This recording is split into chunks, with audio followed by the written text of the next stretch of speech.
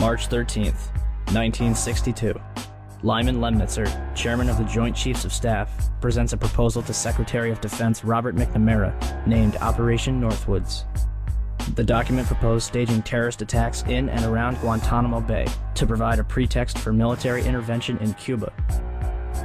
The plans included starting rumors about Cuba using clandestine radio, landing friendly Cubans inside the base to stage attacks, starting riots at the main gate, blowing up ammunition inside the base, starting fires, sabotaging aircraft and ships on the base, bombing the base with mortar shells, sinking a ship outside the entrance, staging funerals for mock victims, staging a terror campaign in Miami, Florida and Washington, D.C., and finally, destroying a drone aircraft over Cuban waters.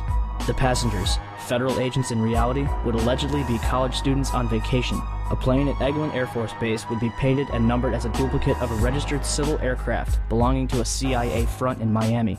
The duplicate would be substituted for the real plane and loaded with the passengers. The real plane would be converted into a drone. The two planes would rendezvous south of Florida.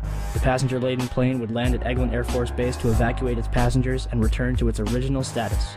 The drone would pick up the scheduled flight plan and, over Cuban waters, transmit a Mayday signal before being blown up by remote control. The plan is rejected by McNamara, and President John F. Kennedy personally removes Lemnitzer as chairman of the Joint Chiefs of Staff. December 1st, 1984. A remote-controlled Boeing 720 takes off from Edwards Air Force Base and is crash-landed by NASA for fuel research.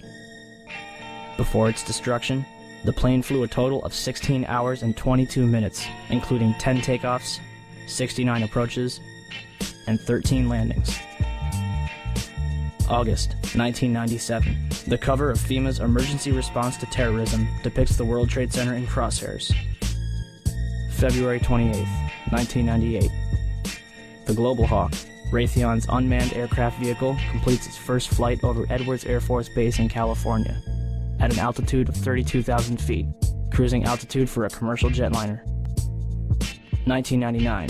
NORAD begins conducting exercises in which hijacked airliners are flown into the World Trade Center and the Pentagon.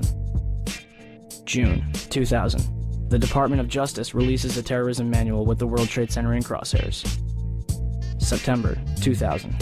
The Project for a New American Century, a neo-conservative think tank whose members include Dick Cheney, Donald Rumsfeld, Jeb Bush, and Paul Wolfowitz, releases their report, entitled Rebuilding America's Defenses. In it, they declare that the process of transformation, even if it brings revolutionary change, is likely to be a long one, absent some catastrophic and catalyzing event, like a new Pearl Harbor. October 24th, 2000. The Pentagon conducts the first of two training exercises called Moscow, which simulate a Boeing 757 crashing into the building. Charles Burlingame, an ex-Navy F-4 pilot who worked in the Pentagon, participates in this exercise before retiring to take a job at American Airlines, where, less than a year later, his Boeing 757 allegedly crashes into the building. April 2001. NORAD plans an exercise in which a plane is flown into the Pentagon, but is rejected as too unrealistic. June 2001. The Department of Defense initiates new instructions for military intervention in the case of a hijacking. It states that for all non-immediate responses, the Department of Defense must get permission directly from the Secretary of Defense. Attorney General John Ashcroft begins flying on chartered